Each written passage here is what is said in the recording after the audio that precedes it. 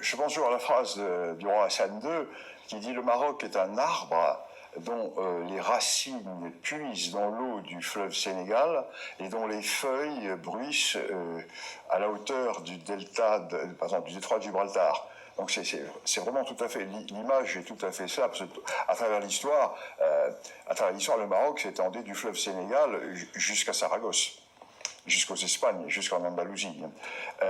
Donc c'est un royaume tout à fait particulier, qui est très ancien, et qui a une définition géographique tout à fait passionnante, parce que, à la différence de l'Algérie, qui est enclavée dans la Méditerranée, le Maroc, lui, est ouvert complètement sur l'océan Atlantique et sur la vie de relation. Et c'est pour cela que la récupération du Sahara dit occidental, en fait le Sahara marocain, était un point essentiel dans l'histoire de la redéfinition et de la géopolitique future du Maroc. Parce que le Maroc va avoir un avenir très important, avec en plus les grands projets de gazoducs maritimes qui vont partir depuis le Nigeria, qui vont longer tout le littoral de l'Ouest africain et qui vont aboutir au Maroc, à Tanger. Tanger va être le point d'aboutissement du gaz africain. C'est des projets considérables.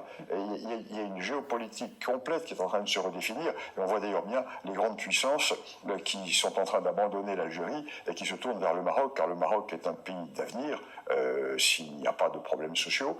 C'est un pays d'avenir, alors que d'autres pays vont rentrer véritablement dans des périodes sombres. Qu'est-ce qui a fait que le Maroc a réussi à survivre et à se développer à travers les siècles? Il y a évidemment la famille royale, la structure monarchique.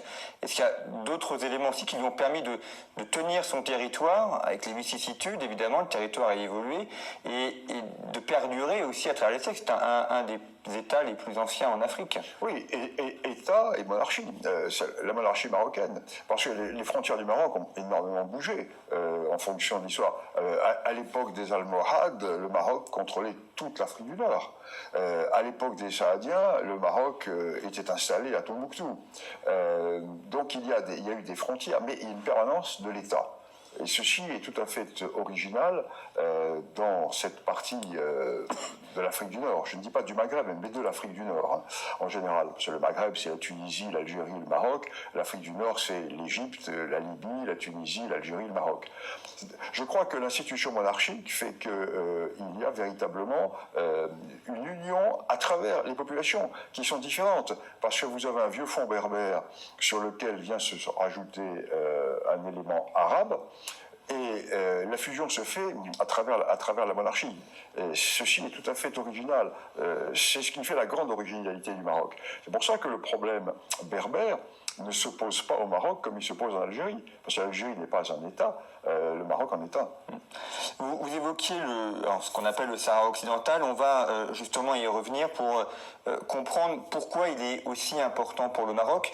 La France a reconnu la souveraineté du Maroc sur le Sahara occidental, à la suite d'ailleurs de l'Espagne ou des États-Unis. Donc on peut constater que le problème aujourd'hui est quasiment terminé. Mais pourquoi est-ce que c'est si important pour le Maroc de contrôler cet espace alors que la plupart des villes sont au nord et le pôle économique est dans le nord du Maroc?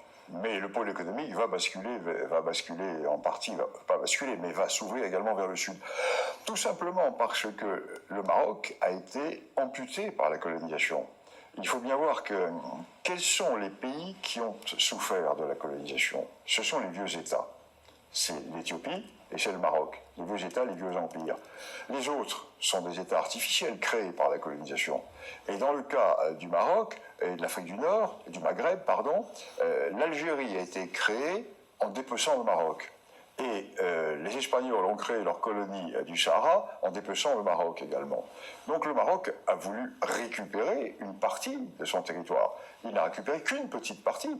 Parce que n'oublions pas que tout l'ouest algérien était marocain. D'ailleurs, c'est ce qui va conduire Sansal en prison, hein, parce qu'il a... Comment dirais-je, il a brisé le grand tabou de cette réalité. Moi, j'explique dans mes livres, hein, je montre par des cartes, etc., je montre que toute cette partie ouest de l'Algérie était marocaine. Donc le Maroc a voulu récupérer le Sahara occidental, ce sont ses provinces du sud. Oued al-Dahab, c'est le Maroc millénaire. Alors vous évoquiez aussi donc ce gazoduc Nigeria-Maroc qui est en cours de construction. Ça c'est quelque chose qui est vraiment important. Le Nigeria va être un des pays les plus peuplés au monde. On a du mal d'ailleurs à imaginer en France le poids démographique du Nigeria. Il naît au Nigeria par an autant ou plus d'enfants qu'en Europe. Et donc, ça va être au moins au niveau démographique, ça va être un grand d'Afrique et un grand dans le monde. Oui, les deux grands vont être, au point de vue démographique, le Nigeria et la RDC.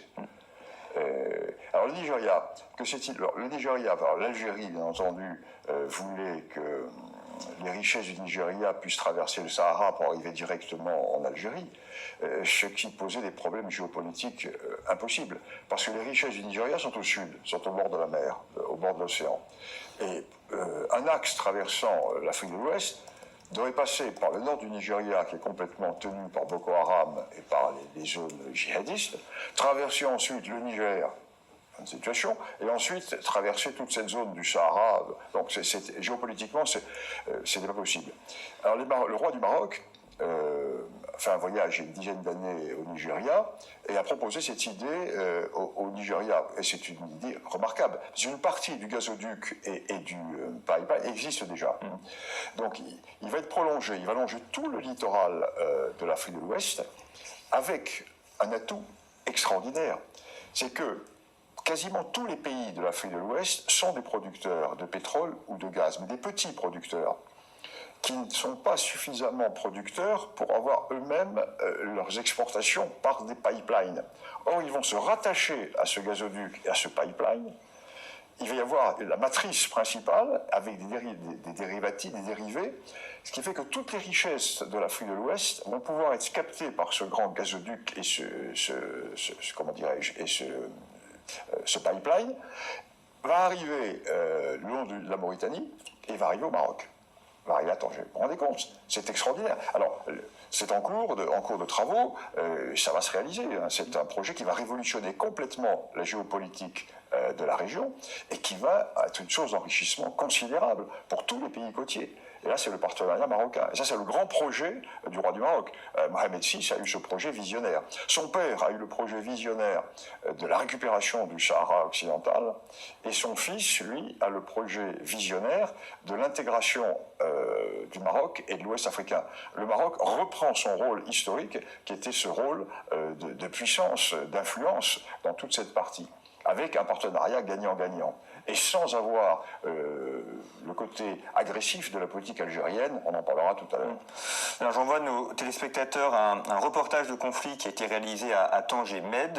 Vous pouvez comme ça voir ce port de Tanger Med qui est vraiment crucial, c'est le premier port d'Afrique. Ah mais c'est extraordinaire. Moi j'étais encore à Tanger Med il n'y a pas très longtemps, là, j'ai donné des conférences à Tanger, c'est impressionnant. C'est impressionnant. Comment dire, le tiers-monde est en Europe, hein, le tiers-monde est en France. Il ne va plus être dans un pays comme le Maroc. Hein.